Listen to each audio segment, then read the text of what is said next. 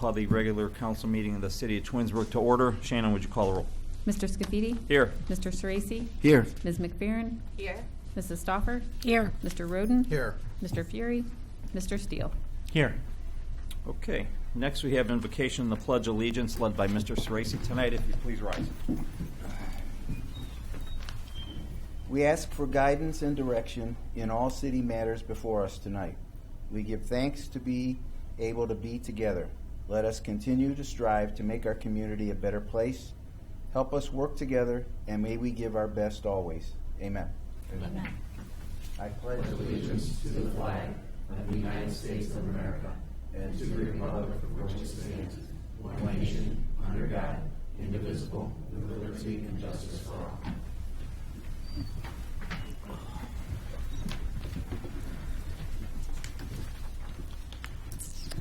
Okay, next we have the approval of the minutes from the June 14th council meeting. Council, anybody have any changes or corrections? Hearing none, the minutes will stand as written. Approved. Audience participation. Shannon. Yes. First, we have Ray Deersing.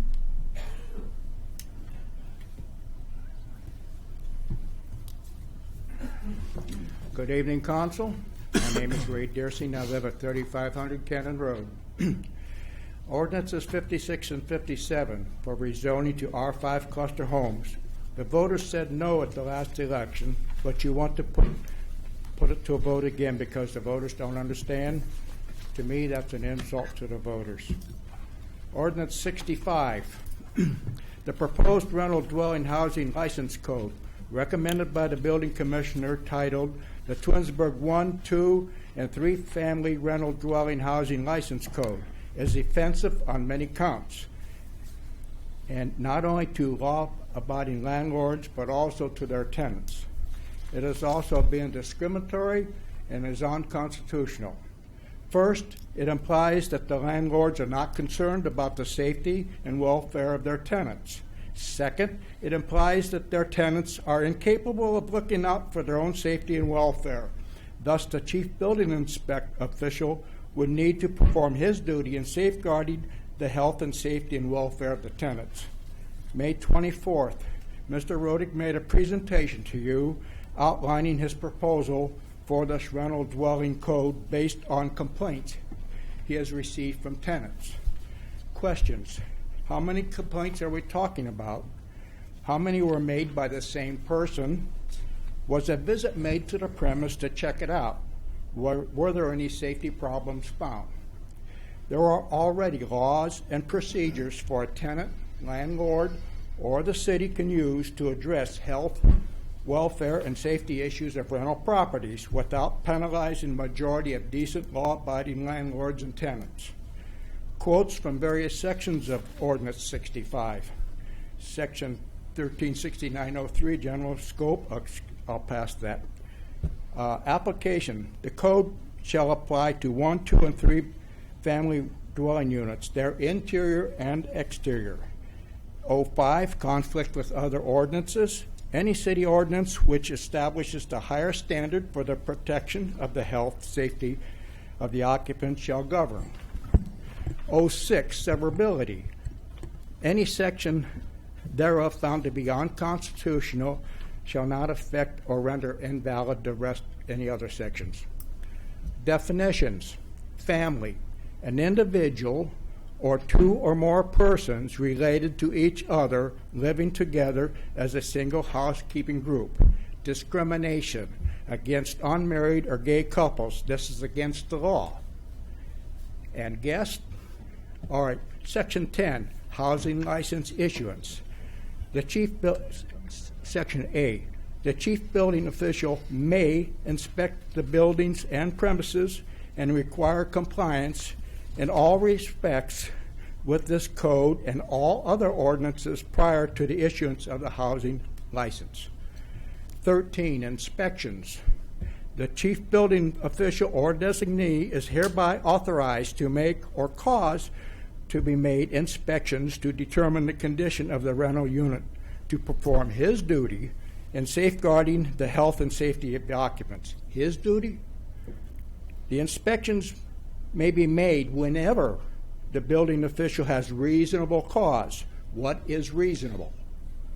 The scope of the exterior inspection shall include, but not limited to, the items on the exterior checklist. Is this a witch hunt? 14, right of entry. The owner and or occupants shall give free access by appointment to the interior of any rental dwelling for the purpose of inspection.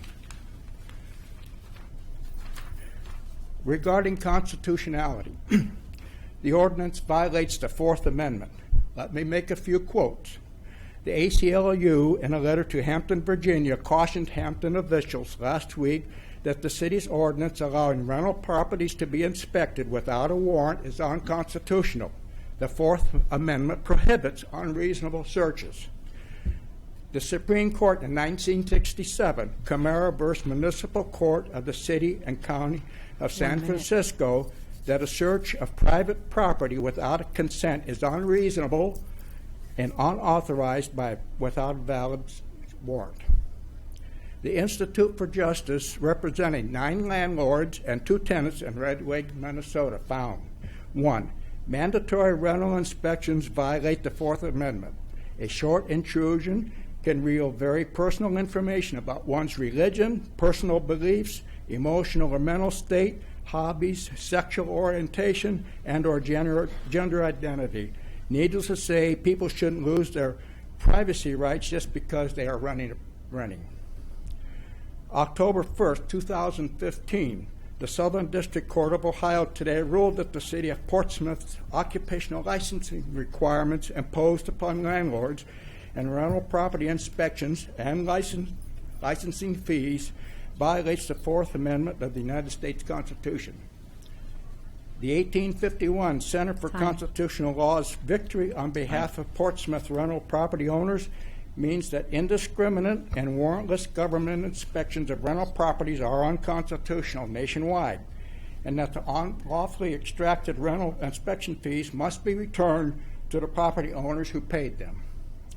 The 1851 Center for Constitutional Law today moved in federal court to immediately enjoin the cities of Bedford and Oakwood in particular from enjoining point-of-sale and pre-sale programs that require citizens to endure and pass arbitrary and warrantless government inspection before they can sell. Mr. Dersing, you have 1 minute. I have 30 seconds, if I may. Yeah, go ahead. Yeah, Thank because you. you're already over, but we'll go All right, another thank 30. you very Sure. much. That their homes, even to the most informed and willing buyers. When I joined the Navy, I took an oath, like every other person who joined a branch of the military, and you said you would defend and uphold the Constitution of the United States. And I believe that your oath of office has similar language in it. We have the greatest democracy in the world, that with freedom that everybody envies. Let's not destroy it. I repeat, presently there are laws and procedures to address and handle the building inspector's concern on a few people that cause problems for the city. Please do the right thing and vote no on this. Thank you very much. Thank you. Mr.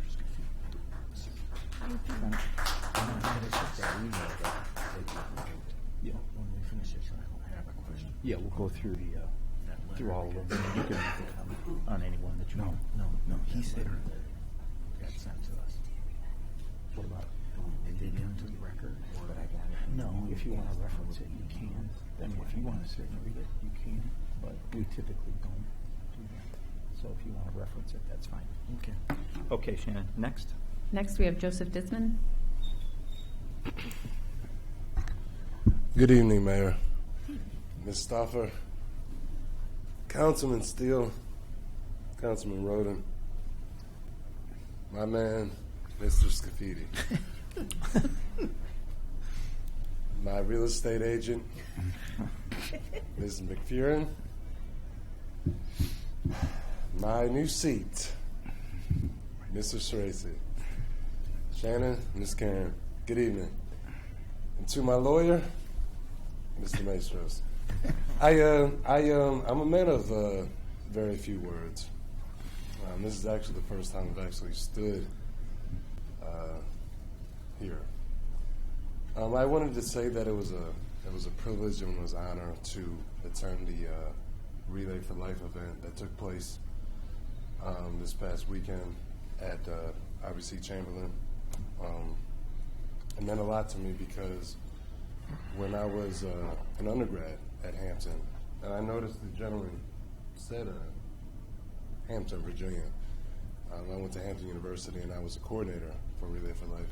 And I had an aunt and a grandfather who passed of cancer. So I was a coordinator for that event. And moving back home to Twinsburg to take care of my parents meant a lot to me. So I was the caregiver of Relay for Life, which is obviously an association with American Cancer Society. But talking to residents, and obviously the mayor was there, Ted Yates, and he gave a great speech and came with his wife for the light visual. It kind of bothered me because the residents were telling me that back over the years, the event was like a huge turnout. But over the years, it kind of died down. And because it means a lot to me, and I'm sure it means a lot to you all and the people that are in the audience, I just want to bring that back up.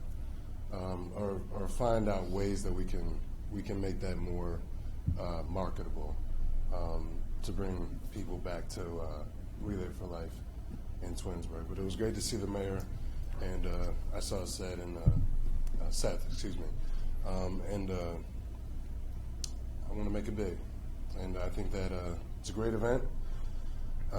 Just like the Taste of Twinsburg and Twins Days, I think that Relay for Life can be brought back up. So, thank you. Thank you. Shannon. Next, we have Sheila Williams.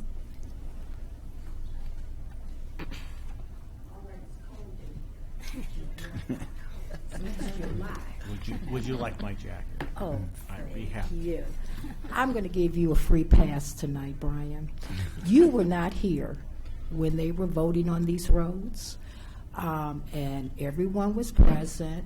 And Amy, I take my hat off to her because she's been taking hits on this and taking hits on this, and this information has come forward. So I wanted to tell you, I understand your frustration, but it's in my backyard. You know, I can literally touch the truck once it's widened. I have a couple of questions about it that everyone seems, or maybe they have forgotten. This is an 80-20 split, correct? 20% is costing us what as residents of Twinsburg? It's $8.1 million project costing us 1.4. Okay, so it's costing us 1.4. We can't beat that. There is a cause and effect, and I'm going to say that to everyone up here, and I know people get tired of me coming with my spoon, because I come to these meetings, and I listen to what's being said, and I listen to these presentations, and I listen to the vote. And every council member asked questions, but when it came down to the vote, it was united because it was for the good of the city because of the money output. Now, if we pull back, Brian, there's going to be some costs, and it's going to impact me more where I'm at. If we don't do a roundabout there, we still have to do 4 lanes, really 5. And now you're talking about traffic already flying down 91 from Solon and really flying down towards Glenwood. And that's a bigger problem. I'm more concerned about that than a roundabout.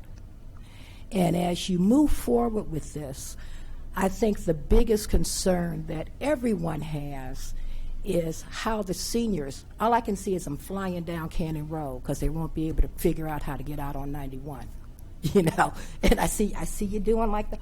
That's my concern. And it is a tough situation, but like I told my neighbors, do you want to pay for all of it, or do you want to take this 80%?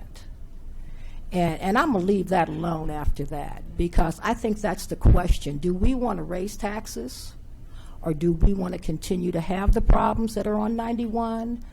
Or are we going to take this money and move forward? Swallow the pill, because people voted on it, And stop acting like you didn't know what was going on, because you did, because I was sitting here too. And Amy, you deserve the Diva of the Year award for not going off, because at times people have been very unkind to you when you bring this information, and I think that's very unfair. And you all know how I feel about equity around the city. Then I'm going to go to the rental policy.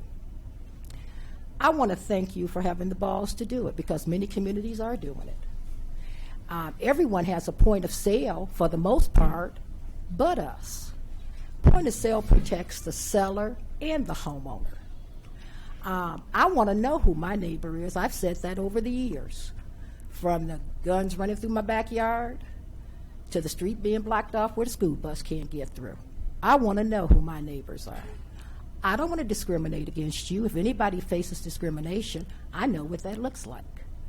But I think that we do need to know if people are renting their homes out, that there should be an inspection and a registration, a fee for that.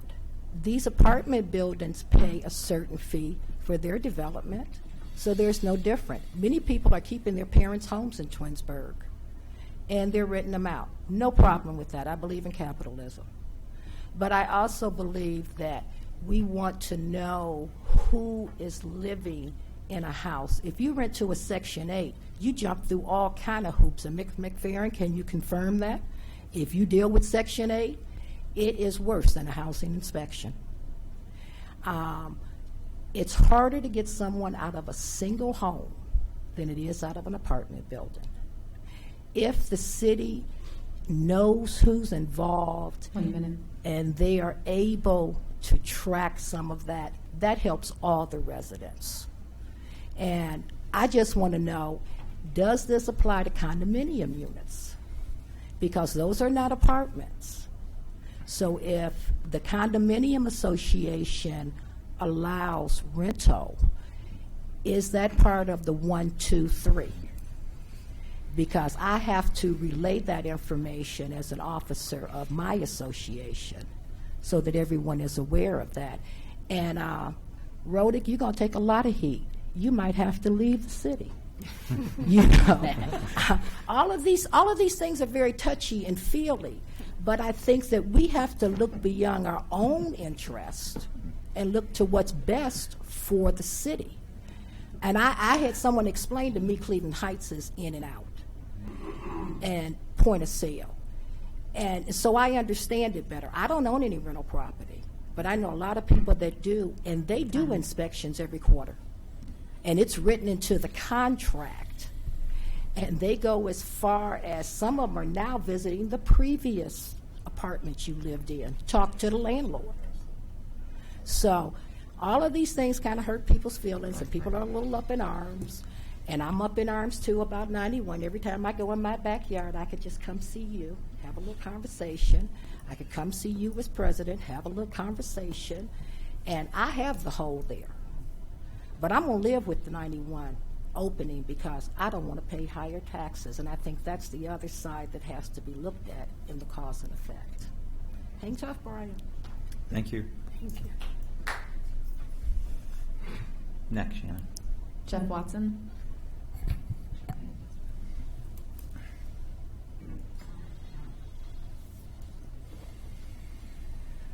Hi, good evening. Jeff Watson, live at 9116 Darrell Road. I'm here to talk about the ordinance 65-2016 for the inspection of the rental properties. What I'm here about are concerns are regarding clarification. I don't understand it because I've looked at the information that I have and it seems vague. If we're going to get into this thing, I think it needs to be made clear to landlords what they can expect. The inspection, for example, what's the scope of the inspection? Is it just simply an exterior inspection? Is it purely focused on the safety and welfare of the tenants? Or does it get into a structural inspection? It mentions the city codes, of which there, of course, there are many. landlords such as myself that own older homes. They were built to code many years ago. So I don't think it's practical that they would be expected to bring up to new construction codes, but then again, there's nothing on paper that says they won't be. So that's one of the concerns that I had, is some clarification as to what to expect from the inspections and the scope of the inspections. I can appreciate the regulation of this type of business meaning rental properties. There needs to be some regulation, I understand, but I also think that because it's a type of business, that it should apply to all the rental properties, rental businesses in the city, not specifically to some businesses, meaning one or two or three tenant. I think it should apply to all the businesses that are rental properties. So I think it should be applied to everywhere in the city. Also, I'm not clear on the details, but I think there are already, if it's for the safety, I should say, if the concern is for the safety and welfare of the tenants, I believe they have avenues that exist now to first approach the landlord, and then they have avenues to approach the city or other officers to, report concerns and safety regulations. So it seems like an overlap. Once again, this speaks from maybe some confusion on my part or lack of clarification.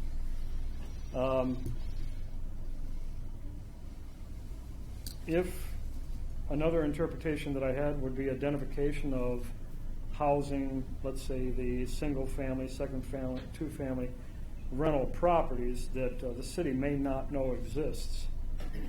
I can appreciate that too, and I was just wondering why it isn't a simple matter of having landlords register these properties without making it more complicated than what it has to be.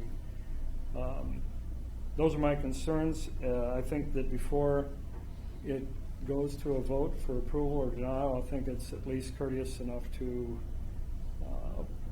have these concerns addressed, or at least explanation made to landlords in the city so they know exactly what to expect if it goes into effect.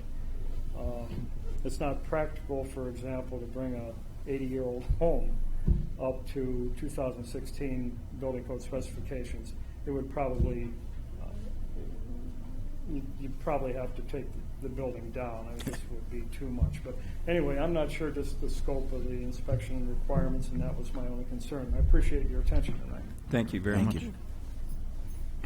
Shannon? There's none. That's it?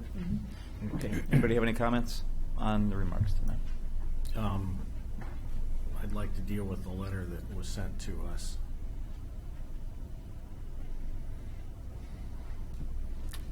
We all received an email from a gentleman in town who owns rental property. Unfortunately, his letter starts, unfortunately, because of a speech impediment, I am not able to make a verbal presentation at the next council meeting on the 28th of June regarding the proposed ordinance 65 rental dwelling housing license. Consequently, I am sending an attachment in lieu thereof. It says objection and opposition to ordinance 65/2016 establishing a rental dwelling housing code. At a time when the American public generally is becoming concerned with the efforts of all levels of government to interject itself into the affairs of its citizens and the preponderance of unnecessary regulations, it would seem that our political representatives should take note and decease from passing the above referenced kind of legislation. Not only is the above discriminatory and unnecessary, but it also interjects government into the private affairs and businesses of Twinsburg citizens. Ordinance 65/2016, establishment of a rental dwelling housing license code, is certainly in conflict with the traditional concept of a person's home is their castle, regardless of whether the home is being rented or is owned. There is also the question, if rental properties are to be subjected to such an ordinance, why should not all the residential properties be subjected to the same requirements? Probably because the uproar would be deafening.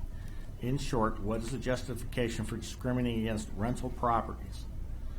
The egregious nature of this proposal is further indicated in that such inspection is not is not consented to by the owner, agent, or occupant, and is unobtainable, the chief building official or his designated representative shall declare such refusal a misdemeanor.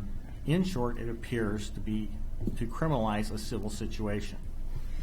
It has been rumored that this ordinance was instigated as a result of a conflict between a renter and a landlord when a renter complained to the city.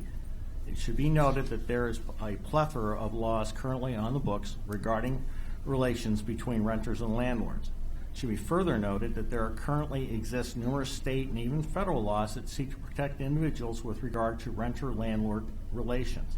For example, with regard to state laws, if a renter has a complaint against a landlord, the renter has the right to place rent in an escrow account pending resolution of the complaint. Even in the case of federal law, the renter is protected through the Environmental Protection Agency, the Consumer Product Safety Commission, and the U.S. Department of Housing and Urban Development. An example, the presence of lead within a home. These are handled accordingly without the further complication of another governmental expansion and intrusion.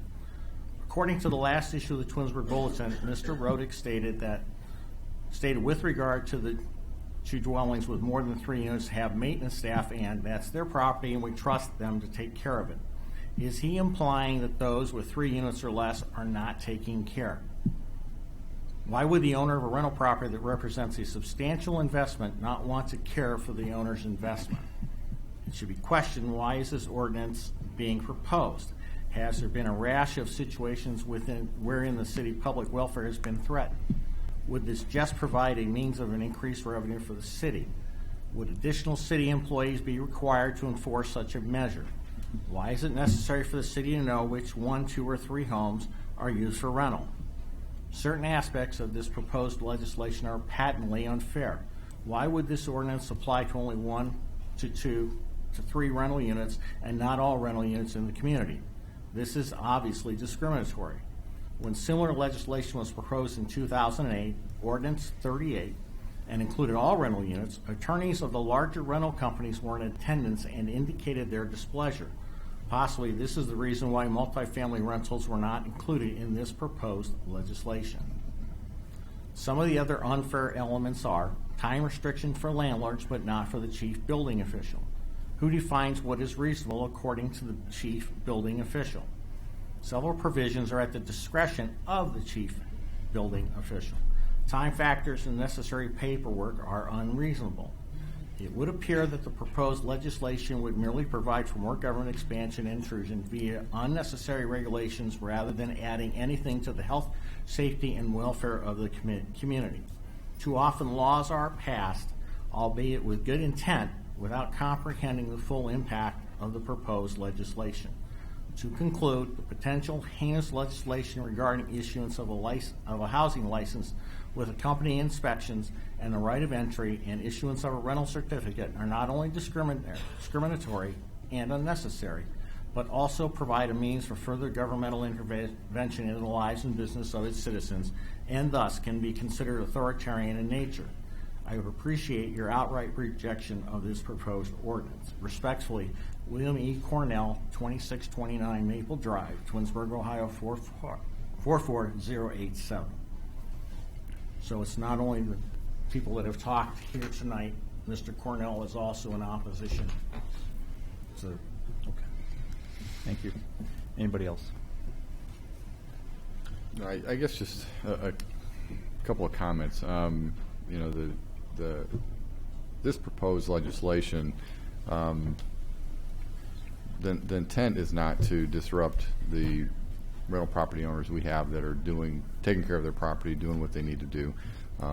This is for us to hopefully take care of properties that are not being maintained, that are providing an unsafe place for residents, and to let us know where these properties are located in the city. In terms of, I guess, invasion of privacy and those kind of things, the ordinance itself reads that there will be no interior inspection unless the landlord requested or the tenant requested. Those are the language. So there's not going to be any forced interior inspections of any of the properties. I understand some of the questions. I don't know, maybe Mr. Rodick, and I'm not sure if tonight's the night, but to be able to address, I guess, further define what that scope would be of an interior inspection. This is not an uncommon. It's not uncommon to have this type of program within a city. I've litigated and defended landlords in Cleveland Heights and Shaker Heights and University Heights, and there's and those are very strict, very aggressive rental property programs because of the problems with rental properties within those communities. I understand there's not an overwhelming problem we have here in Twinsburg, and we don't want one. And so, one of the, I guess why I would support this would be so that we do have tenants that, or landlords that come into this community, and we do have landlords that are problems in this community. This wasn't just created out of a whim. We have problems in condos, we have problems in single-family homes, and it's difficult to find the landlord, it's difficult to get in touch, it's difficult to get the landlord to do anything to that property when they're non-responsive. So it's, anyway, I understand some of the concerns, and I think maybe we can address that, but I think it's still worthwhile to consider this legislation. Okay, thank you. That's it. We'll move on. Next, we will move on to Shannon. Was that it? No other audience participation? Okay. Next, we'll move on to council communication and committee reports. Start with Mrs. Stauffer. There was a community relations board meeting. I wasn't able to attend the meeting, but I do have some notes from that meeting. I think I'll just go ahead and share some of the things going on in the communities around us. So, Chamber of Commerce is having its annual chamber membership picnic and Chamber Champion Awards on July 14th at the Hilton Garden Inn. Registration is required. They're also the Networking Palooza 4.0, Twinsburg Women in Networking, will be held on July 27th at the Twinsburg Public Library. Twinsburg Township, things are moving along. I know they're planning on beautification of the square, which includes sidewalks, electricity, and things like that will begin in July. I always think the township does a fabulous job with its square.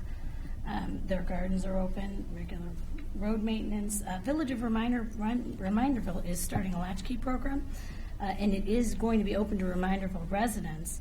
Although they do say that other Twinsburg School District residents may register if there's space available.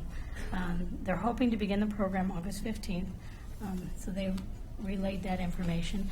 Their fitness center is scheduled, it's a little behind schedule.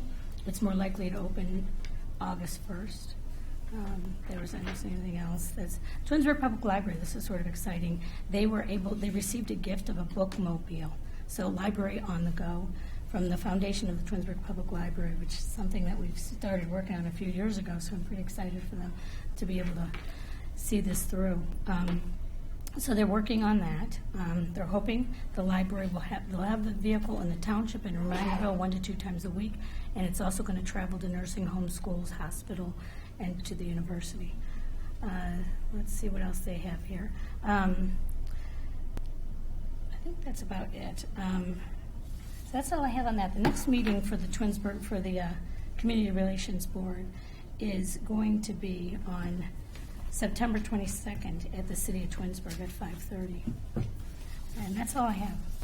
Okay, thank you. Mr. Sorese. I have nothing. Nothing? Had no meetings. All right, Mr. Roden. Just the Environmental Commission, because of the volume of the document shredding exceeded all the Ohio shred trucks, we have scheduled another shredding event on Saturday, September 24th from 9 a.m. to 12 noon for Twinsburg and Twinsburg Township residents.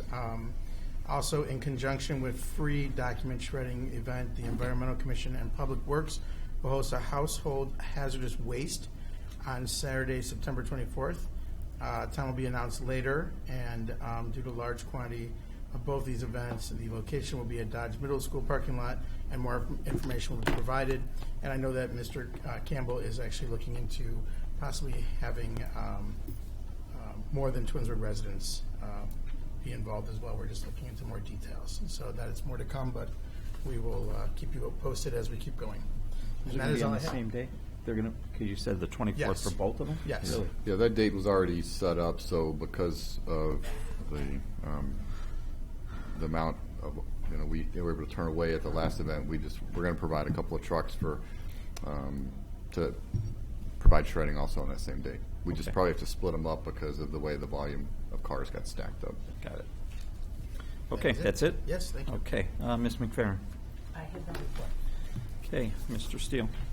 ARB met, let me see, on the 16th of June. They approved several additions, porches and covered porches, and I believe they have 4 new houses into our city. The one thing I found amazing was the one representative from, I think it wasn't Pulte, it was the other guys. Their salespeople sold 10 houses in a week. Ryan? Yeah, I think it was Ryan. They sold 10 houses in a week coming into our city. So, with everything we have going on, we're still a great place to be. So, that's it. Okay. Under my report, Finance Committee will be meeting on July 12th at 6 o'clock. We will be having a Public Works Committee meeting to discuss the next year's road program on September 13th at 6 o'clock. And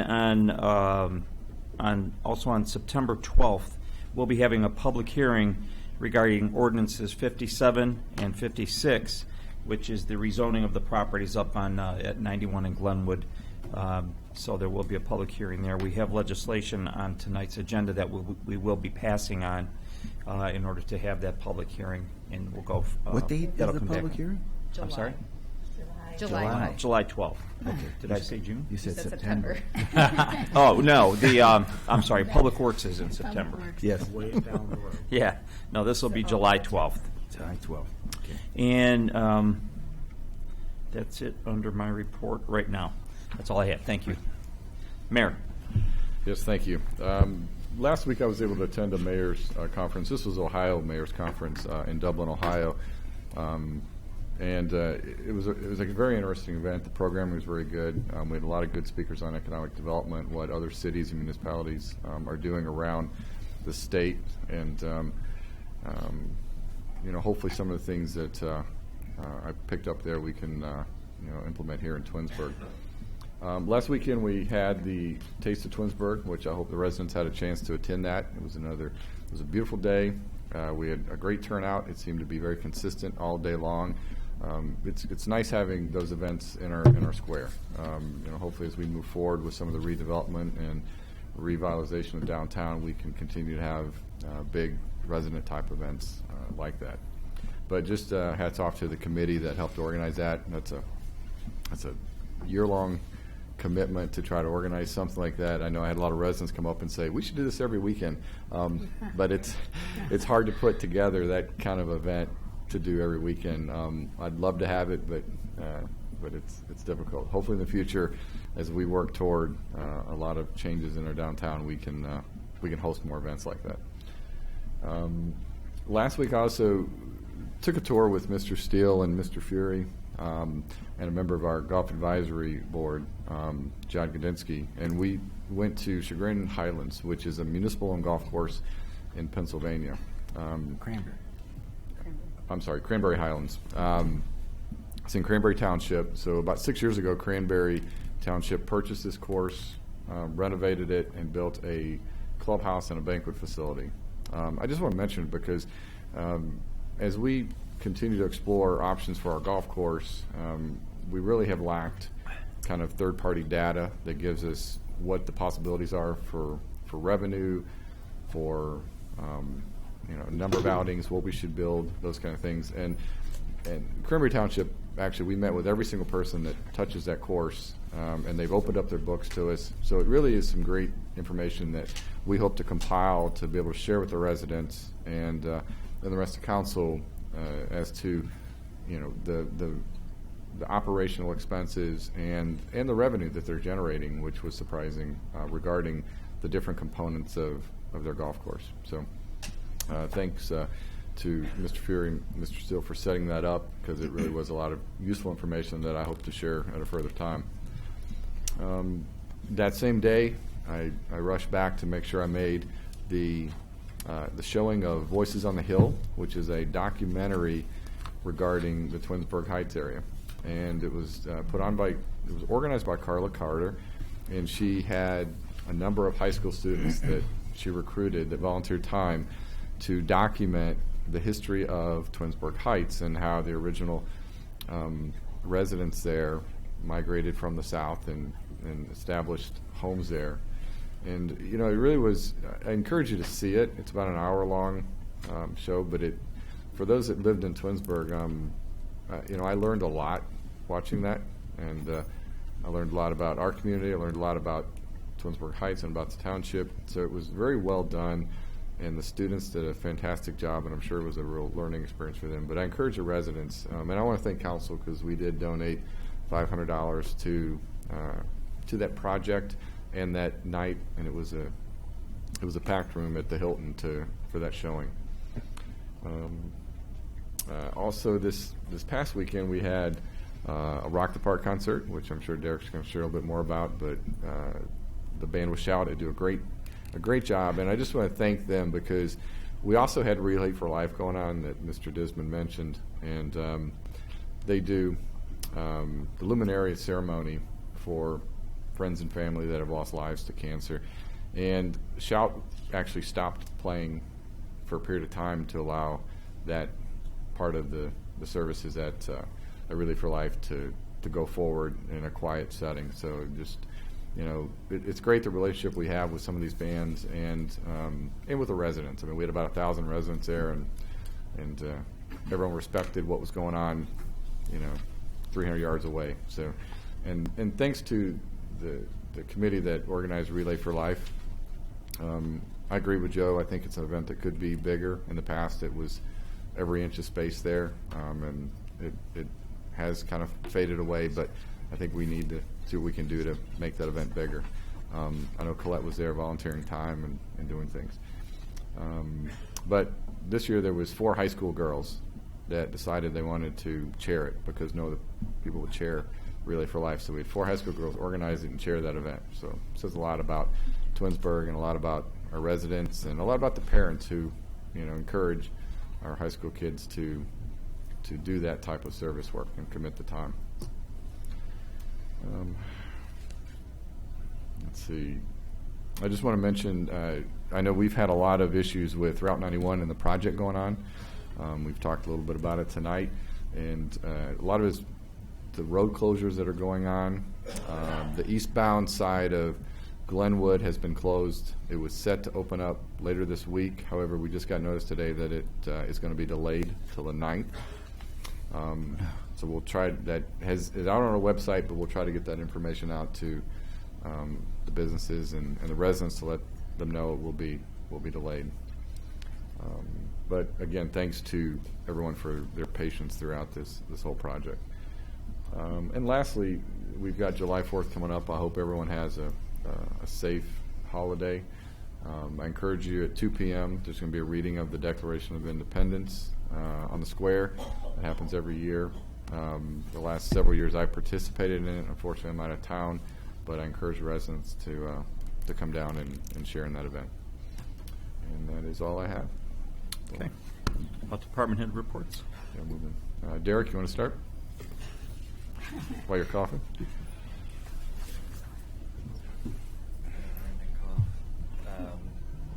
I want to follow up with what Mary had said about Rock the Park. We have our 3rd show of the season coming up this Friday. It is our Cleveland Pops Orchestra show. It is a fireworks night, so you know, no need to call the police department about 10 to 10:15. That's about when they'll occur.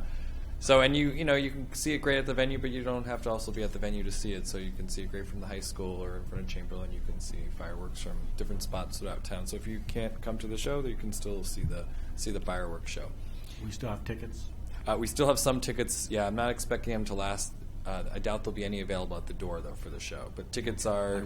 I will be there tomorrow morning. Okay, good. Tickets are $10 for adults and $5 for kids for that show. You can go to rocktheparkconcert.com to buy them or come up to the community center. And then we have 3 more shows to round out the season coming up at the end of throughout July and August.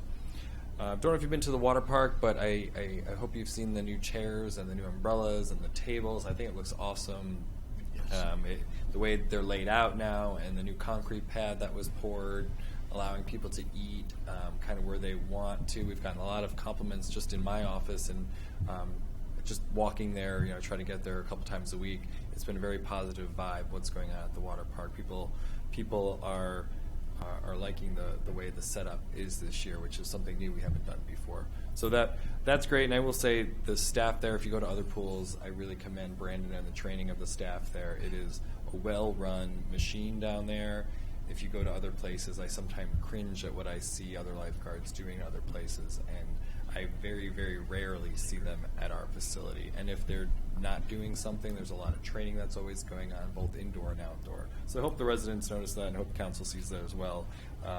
If you're up there, this year, new too, is the community theater show we're doing in the summer. We're doing a kids-only production of Winnie the Pooh. It'll take place at the end of July.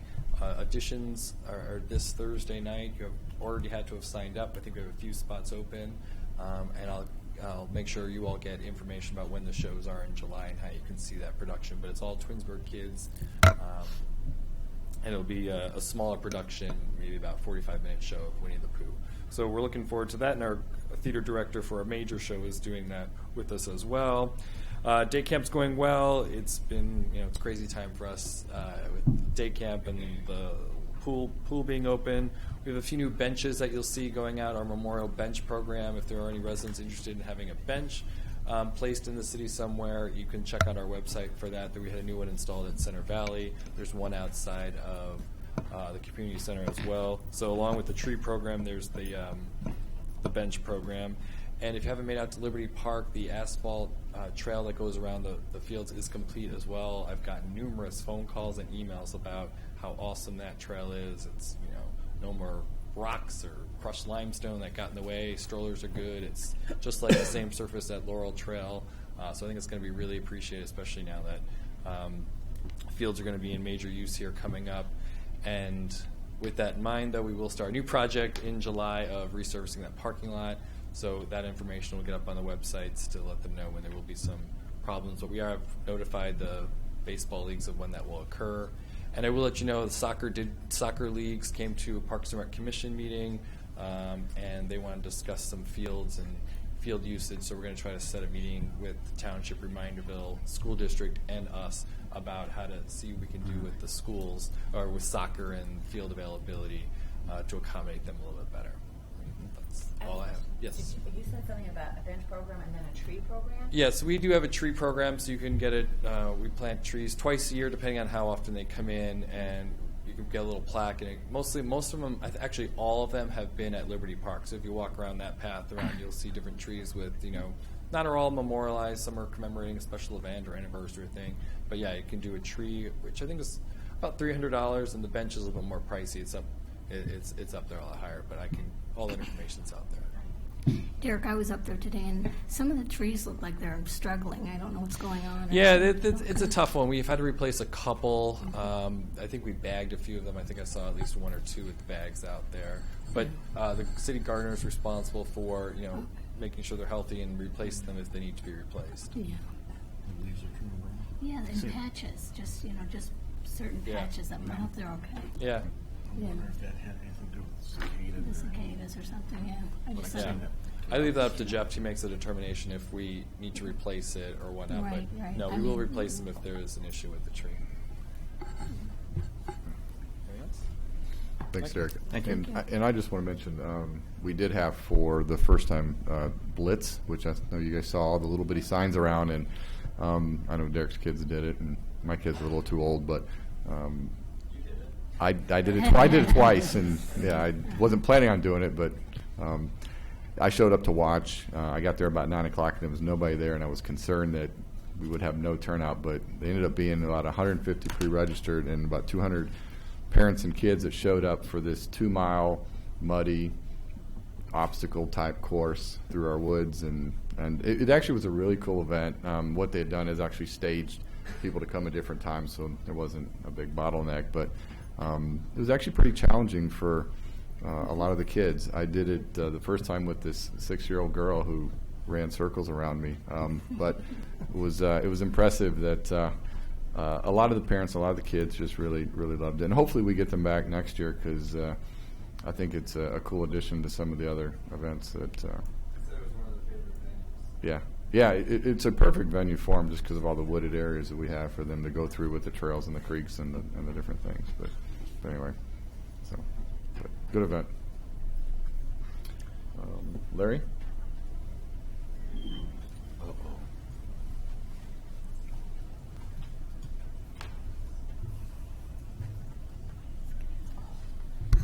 Thank you, Mayor. Good evening, Council. A couple of things. In response to a couple of inquiries, I provided an update of the 2016 economic development activity. It basically is a summary of how we've done over the last 12 months. And I will be giving a copy to Shannon. She can distribute to Council as appropriate. But typically we get inquiries from a couple of different businesses who are interested in engaging what's going on in the community, so they can kind of take a look at their potential expenditures and activities for the next year. So that's why it's generated, and I try to do it a couple times a year. The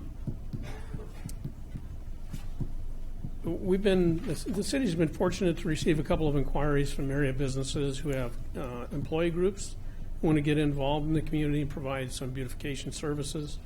Lynn and I and others are working to try to identify a couple of different beautification projects for these groups. And we're very happy that they have taken the time and the initiative to volunteer and provide us with that service.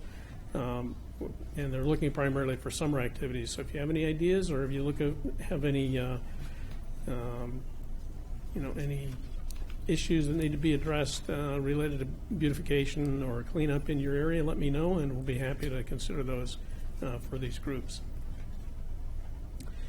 We've received a request for an emergency water service connection by to the City of Akron's water system by a local company. The company needs a redundant water supply in case the Cleveland water line is broken for any period of time, because they have substantial servers and things that are dependent upon having coolant water to keep their facilities operable. And it'd be a catastrophic issue for them if they were to be without water for a period of time. So we're investigating the ability to provide that connection, or work with the city to get that connection provided without complications like revenue sharing, joint economic development agreement issues, and other things. So I'll keep you posted on how that continues and is resolved, and hopefully we'll get it resolved in the next couple of weeks. The mayor and staff will be meeting with the Board of Education in an attempt to resolve our revenue sharing agreement that would help offset lost revenues to the school district as a result of community reinvestment area tax abatements or enterprise zone tax abatements.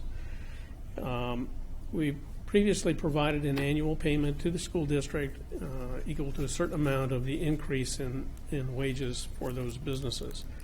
That was established by ordinance of council. However, while that ordinance was basically a policy of the city, it was not a agreement agreed to by both entities, the school district and the city.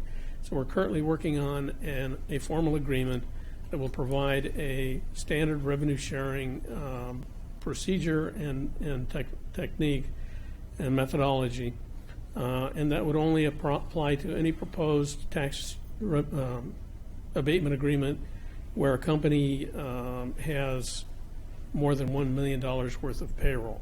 So it's not going to affect all the CRAs we bring to council, but it will affect those that have a payroll in excess of $1 million. I might add that the Ohio Revised Code provides certain basically mandatory issues that we consider when tax abatements are issued for declining for a break on the property taxes, which primarily affect the school district. With regard to other economic development issues, Dunkin' Donuts has signed a lease for a Cornerstone Business Park Building 3 tenant space. This is primarily for their DCP element, or their distribution of consumer products, things like paper, napkins, all their cups and that kind of thing. It'll be a regional facility. They'll bring approximately 60 jobs to the site, and they intend to have occupancy in October, so that's going to be a good benefit for the city. There's a piece of legislation tonight, a new one on your agenda, that would authorize the mayor to accept a grant from the Connecting Communities program and would provide for local share. That's on the agenda because we've been informed that we will be receiving a grant provided we provide legislation that clarifies the local source of the match. So that's going to be fairly important for us to move forward with that. And the purpose of that grant is to enable us to do a study, or have a study done, of alternate transportation paths and links to provide greater connectivity between existing trails, specific sites of interest in central Twinsburg, and the central area itself. Obviously, it's going to be an economic development boon if we can connect things and enable people to come to the square and support local businesses at the square.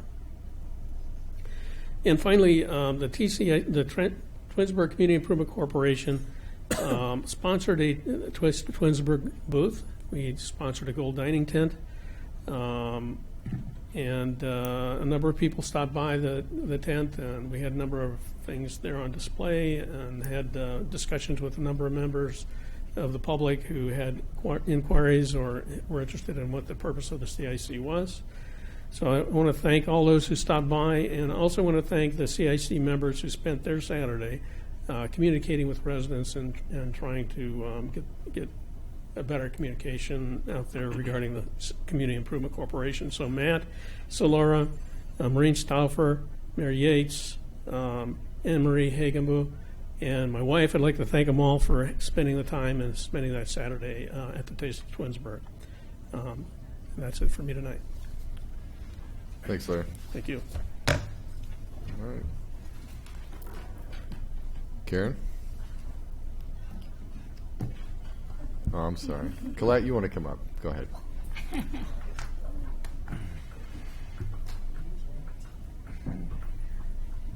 I'll be quick.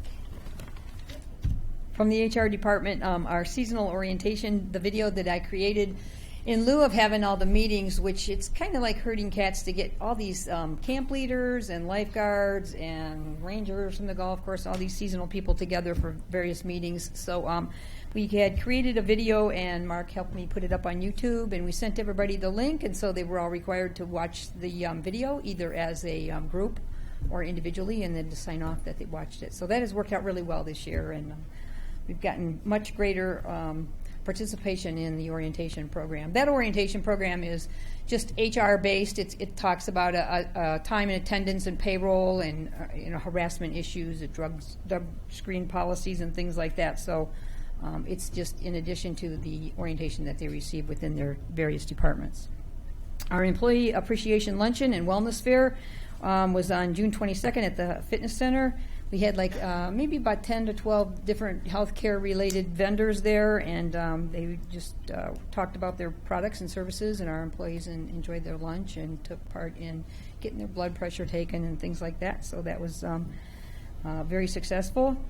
And then speaking of the wellness program, we have about 85 employees so far sign up for participating in the wellness program. So we're very encouraged. That's more than half of the employees who are enrolled in our healthcare plan. So, IT-wise, we continuing to replace the old computers. It's an ongoing project, but it is moving along. Our new part-time IT guy, Zach, has been moving that forward, and all the employees are very excited to get new computers as they're using old XP kinds of machines. So that's moving along. The cyber security awareness training program that Don has initiated is also moving along. That's a kind of a web-based program that we subscribed to. It's requiring all our employees to view a video. It's about 20 minutes on cybersecurity and which attachments not to open and things like that. And then they sign off that they watched that training. So that kind of training is helpful not only for obvious reasons, but just to help with HIPAA compliance, to help with even insurance kinds of things, and other vendors who are doing business with the city. They want to know that our network is secure. So the fact that we have this training and we have our employees all trained and signed off is a very good good protection for other businesses doing business with us. Mark is still working on the community outreach page in conjunction with our police department. Our RFP went out on Friday, and it's also on our website for the new phone system. And we got a big thank you letter from Goodwill Industries for all the computers that we donated. They're using the pieces parts to make new computers, evidently. Civil service-wise, the Civil Service Commission met on June 12th. They swore in the new commissioner, Paul Neese, and then they certified the police entrance exam list. I think there were 41 names on the list, so the police department is moving forward with starting to review those backgrounds. And that's it. All right. Thank you. Now you can go, Karen. Save the best for last, right? It's not as exciting as Callisto, but our collections for June were up. I will say that. Currently, we've collected for the month of June $1,758,018. Compared to last year, we received $1,610,984. This does reflect close to a 10% increase compared to last year. We received refunds in the amount of $77,632, which is also reflective in the distribution. The total year-to-date collections as of June is $11,549,903 compared to last year, when we received $10,362,509. This also is an increase of close to 12%. The combined net change of individual net profit and withholding advance is $230,331. Just to update you, there has been some discussion again. I think I have brought this subject up for a long time. House Bill 5 is back up for discussion. I will keep you up to date as new information, or I should say proposals, come before the Senate, revising it, improving it, so to speak, as they state, and also what's also being brought up, centralizing collections again. And that's been a discussion for years, so hopefully that does not get any legs on it again, because that will be a very interesting topic. We also are currently under audit. Our annual audit is going very well. We have not, the current Perry and Associates have not come on site yet, but we have provided a lot of PDF information for them. And so everything is going great. All the department heads have been cooperating wonderfully. They've been prepared, as they always are, every single year. And I'll keep you up to date and try to schedule a time once they are complete as far as the hearing, annual exit for the audit. The department heads have received notification to prepare for their capital improvement for 2017. The deadline to submit that is June 30th, which is Thursday, and everybody has been working diligently on that. And again, we will be providing the memo to give you a summary of what they're asking for to help clarify some of their requests. And I think it worked out pretty well last year. And that's all I have to report. Any questions? Thanks, Karen. I just got to mention one more thing, just so I make sure I catch residents before they tune out after legislation. So, the committee has kind of grown, but on August 2nd, which is the first Tuesday in August, so I only have one more opportunity to share this, and we'll try to get as much information we can out. We're doing National Night Out, which is a police community event that happens nationally. As far as I know, Twinsburg has never really participated in it. Other communities do. We had some of our younger officers request this, so we are doing we've got the stadium reserved. We've got a safety force challenge. We're going to have a kid zone, a DJ. We're going to be serving food, so it should be a great community event. There'll be more information that comes out, but I just want everyone to kind of pencil that in for August 2nd between 4 and 8. That's all I have. Okay. And we will move on to tonight's legislation. First, we have Ordinance 50, 2016. An ordinance approving the recodification, editing, and inclusion of certain ordinances as part of the various component codes of the codified ordinances of Twinsburg, Ohio. I will make a motion to adopt Ordinance 50, 2016. Is there a second? I'll second. Mr. Sorese seconds. Any further discussion? Shannon, call the roll.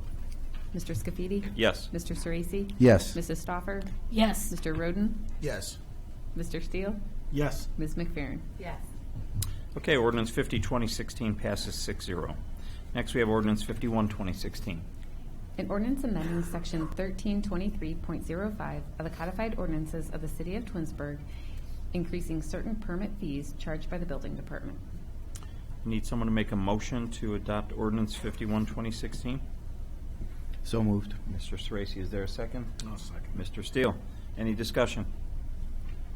Okay, call the roll. Mr. Sorese? Yes. Mr. Steele? Yes. Mr. Roden? Yes. Ms. McFerrin? Yes. Mr. Scafidi? Yes. Mrs. Stoffer? Yes. Okay, Ordinance 51, 2016 passes 6-0. Next, we have Ordinance 53, 2016. An ordinance accepting the bid of Petty Group LLC for the 2016 Water Park Fence Replacement Project and declaring an emergency. Okay, I'd like to make a motion that we suspend the rules on Ordinance number 53, 2016, place it on its third and final reading, and declare it an emergency. Is there a second? I'll second. Mr. Roden seconds. Any discussion on the emergency? Okay, call the roll. Mr. Scafidi? Yes. Mr. Roden? Yes. Mr. Sorese? Yes. Mr. Steele? No. Ms. McFerrin? Yes. Mrs. Stoffer? Yes. Okay, emergency passes 5-1, so we're good. Okay, next I would like to make a motion that we adopt Ordinance 53, 2016 as an emergency. Is there a second? I'll second. Mr. Roden seconds. Any discussion? Okay, call the roll. Mr. Scafidi? Yes. Mr. Roden? Yes. Mrs. Stoffer? Yes. Ms. McFerrin? Yes. Mr. Steele? No. Mr. Sorese? No. Okay, so Ordinance 53, 2016 passes 4-2 as an emergency. Okay. Next, we have Ordinance 56, 2016. We're going to We will pass be over passing this. on that. We'll also be passing on 57, 2016. Next, we have Ordinance 63, 2016. An ordinance authorizing right-of-way donations and easements of city-owned property for the State Route 91 Phase 2 Widening Improvement Project. Okay, that's its second reading tonight.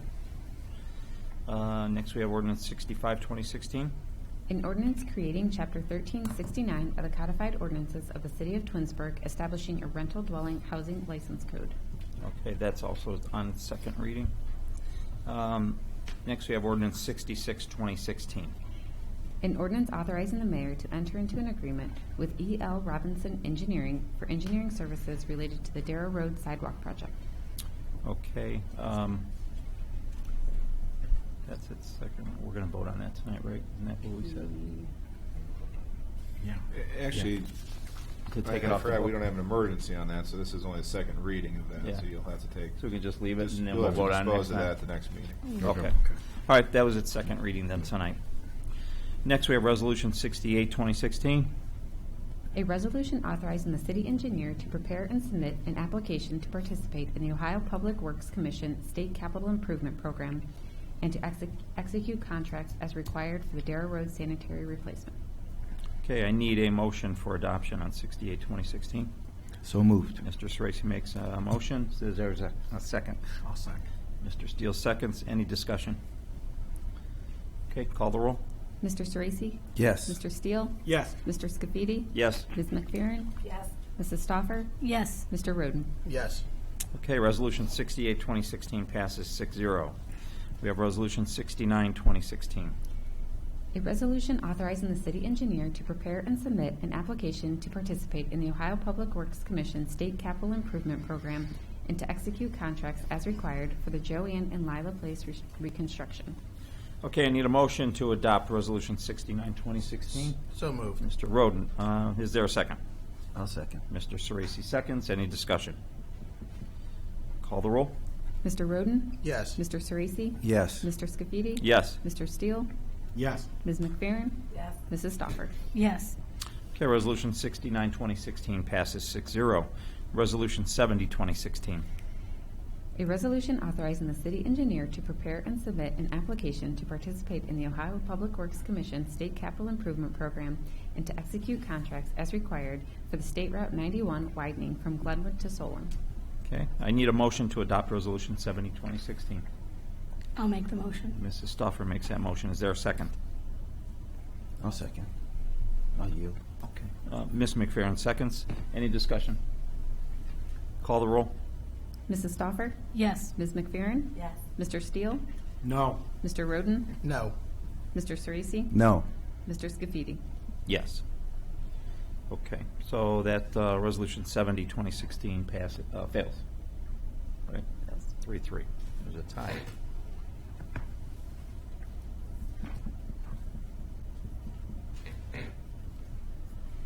Okay. Next, we have Ordinance 71, 2016. An ordinance accepting the bid of Vismic Landscaping Incorporated for the 2016 Golf Course Improvement Phase 3 and declaring an emergency. I'll make a motion that we suspend the rules on Ordinance 71, 2016, place it on its third and final reading, and declare it an emergency. Is there a second? I'll second. Mr. Steele seconds. Any discussion? Call the roll. Mr. Scafidi? Yes. Mr. Steele? Yes. Ms. McFerrin? Yes. Mrs. Stoffer? Yes. Mr. Roden? Yes. Mr. Sorese? Yes. Okay, now I need a motion to adopt Ordinance 71, 2016 as an emergency. So moved. Mr. Sorese, is there a second? I'll second. Mr. Steele, any discussion? Okay, call the roll. Mr. Sorese? Yes. Mr. Steele? Yes. Mrs. Stoffer? Yes. Mr. Roden? Yes. Ms. McFerrin? Yes. Mr. Scafidi? Yes. Ordinance 71, 2016 passes 6-0 as an emergency. We have Ordinance 72, 2016. An ordinance accepting the lands and improvements dedicated to public use for the Corbett's Farm subdivision Phase 2, accepting the maintenance bond and reducing the performance bond accordingly. Okay, that stands on its first reading. Ordinance 73, 2016. An ordinance amending Chapter 1195 of the codified ordinances of the City of Twinsburg regarding site development regulations. It's also on its first reading. Resolution 74, 2016. A resolution authorizing the mayor to accept the Connecting Communities Planning Grant Funds programmed by the Akron Metropolitan Transportation Study to identify alternative transportation options to connecting central Twinsburg with its neighborhoods and nearby destinations and improving a local fund share match. Okay, I'll make a motion that we adopt Resolution 74, 2016. Is there a second? I'll second. Ms. McFerrin. Any discussion? Call the roll. Mr. Scafidi? Yes. Ms. McFerrin? Yes. Mr. Steele? No. Mr. Sorese? Yes. Mr. Roden? Yes. Mrs. Stoffer? Yes. Okay, Resolution 74, 2016 passes 5-1. That ends the legislation for tonight on our agenda. Next, we will go to unfinished business, new business, and miscellaneous business. Shannon, do you have anything? I have nothing, thank you. Okay, Mr. Sorese. I have nothing, thank you. Okay, Ms. McFerrin. Well, I would just like to thank the community for all of the involvement and all the activities over the last 2 weeks. There's just so much going on for us to take part in. I was able to go to the Twinsburg Heights presentation. I would encourage everyone to see that documentary. It was awesome. And I want to thank the residents who came to me. So that's all I have. Okay. We have our next meeting will be on July 12th at 7 o'clock here in the council chambers, and then council will be on recess for the next 2 meetings. So we will not have a meeting July 26th and August 9th. Our last, then we will come back in session, which is the last Tuesday in August. What is that date? 23rd. What's that? The 23rd. We go back in session on August 23rd.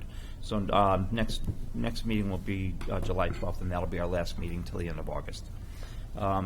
Also, this being the 4th of July week, I would just like to wish everybody a happy and safe 4th of July, and hope everybody has a good holiday. And that's all I have tonight. Next, Mr. Roden. Thank you. I also would like to thank everyone who came out for Relay for Life, and thank the orchestra boosters who did the food and beverage out there. It was a good turnout. And Mr. Desmond is right, it's not as big as it was in years past, and I know council helped me in the years past, and it was a little crazy. So it's a great event.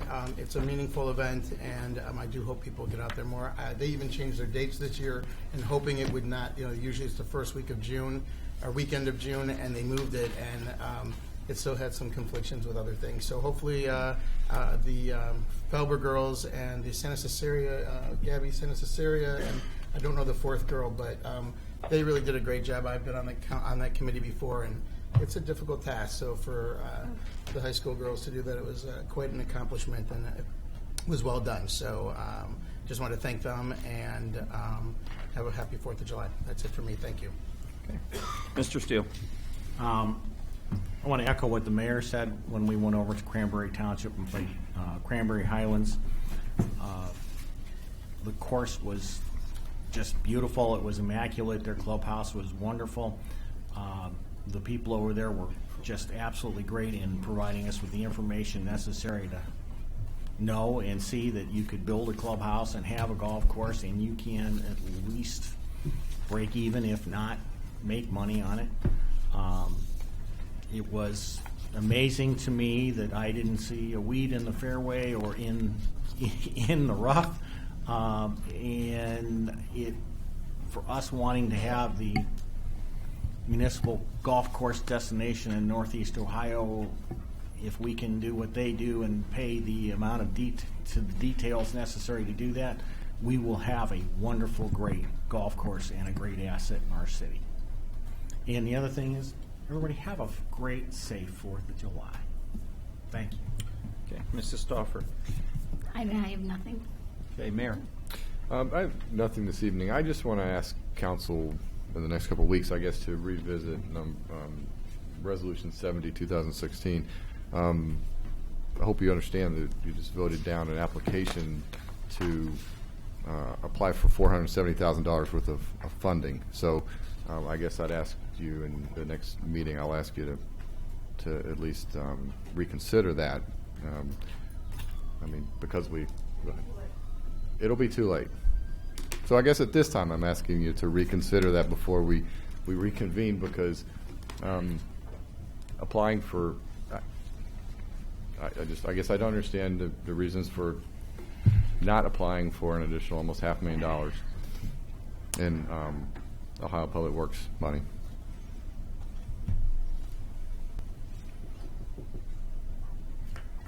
Any discussion on? This is just money. This is. Yeah, you can come up. Yeah.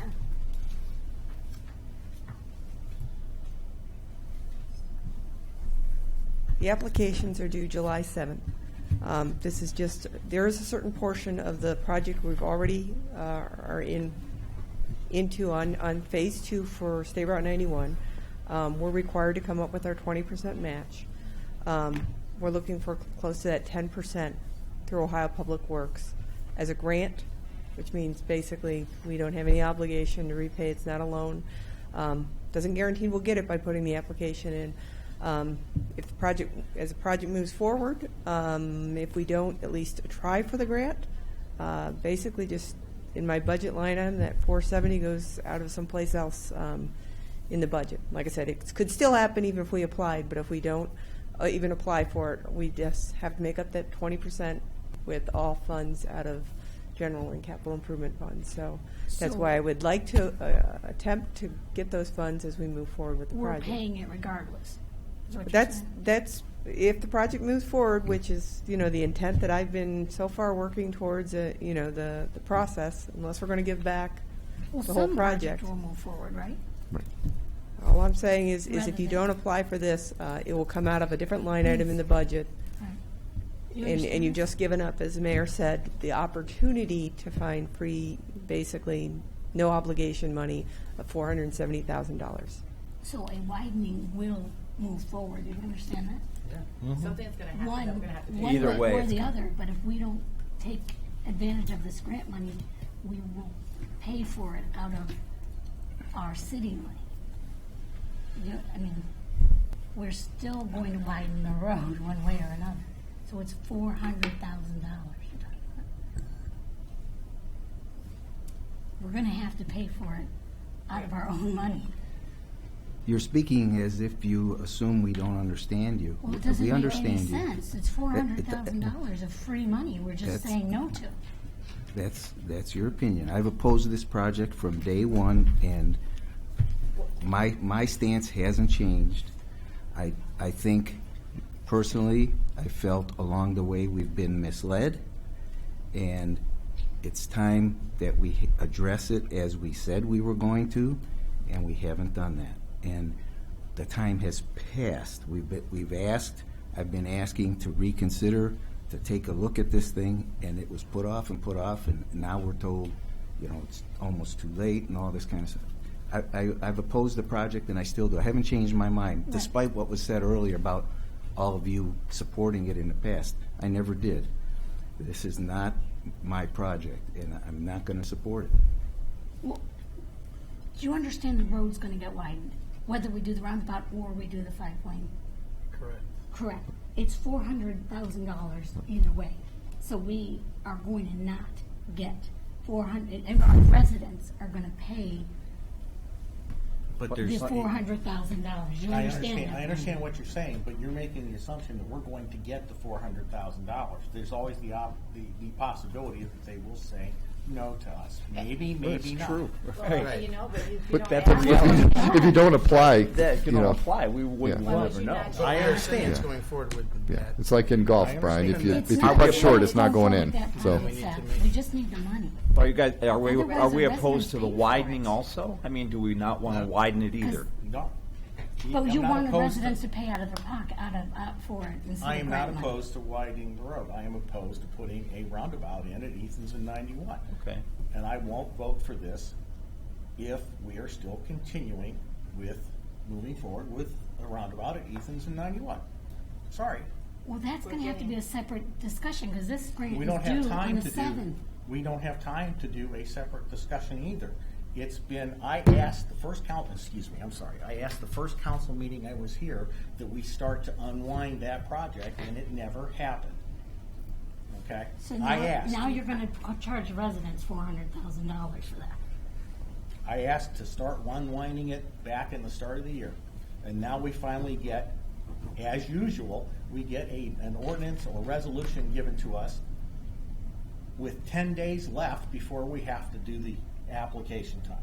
That's one thing I found frustrating is we get every application for a grant or something shows up within 2 weeks of when it has to be applied. Okay, then if you When- want when it did- sooner, that's The one thing. applications But came out yeah, in May, at the end of May. You have to put the application together with the dollars. In order for me to provide the application to you with that legislation, I have to put that together. Yeah, okay. So in terms of, we usually have a short period of time to turn those around. I took a little bit of offense to that. I apologize. I'm sorry. But Yeah. in reality, You just didn't I'm turning like it. around I'm 3 sorry. grants in a very short amount of time from when they're released. I could give it to you just as a blanket that I'm going to do that, but you would have no dollar amount associated with what you're Right. even applying for. right. So there's for you there's to an have the art to these background. applications in this. And grant all you writing. It's just- received with yours was just the application portion. There is a packet of information that goes to with all those grants to get to that point, as far as all those documents and numbers and et cetera. So to give you the valid information for you to react to something. I apologize if you feel like you're being rushed, but I'm not delaying on purpose. I now know the time frame you had. I think residents would be more disappointed that we're not taking the opportunity to get grants. At least apply for it. Not making a stance of what we're doing with the road. Something's gonna happen with the road, and we really need money.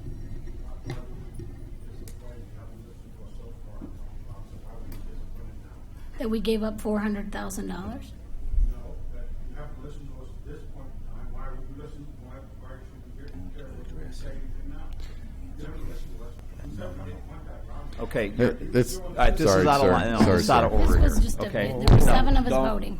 It was about. Maureen, this is a discussion up here. Okay. It's not changing. No, I will not change.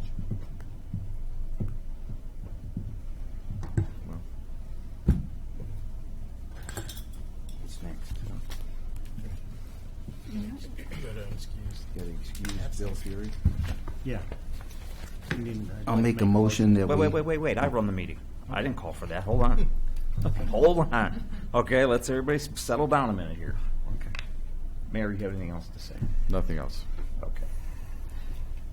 Now I need a motion to excuse the absent member. I'd like to make a motion to excuse Mr. Fury. Mr. Steele. Is there a second? I'll second. Mr. Sorese. Call the roll. Any discussion, by the way? Where is he? I don't know. He was Two in here meetings last in a row, week, yeah. 2 weeks ago. I'm not sure where he's at. Did you get any notification? I did. Who did he notify? He did notify you? Me, yes, when I sent you guys all the texts about 6:30. Being here at 6:30 tonight, you replied. Mhm. I'll be coming. Okay. Call the roll. Mr. Steele? Yes. Mr. Sorese? Yes. Mr. Roden? Yes. Mr. Scafidi? Yes. Ms. McFerrin? Can I say no? Yeah. Well, then no. Mrs. Stoffer? No. Okay. Okay. Seeing no other business, then we are at the part where we adjourn. Meeting is adjourned. Congratulations. Back to Rudy's.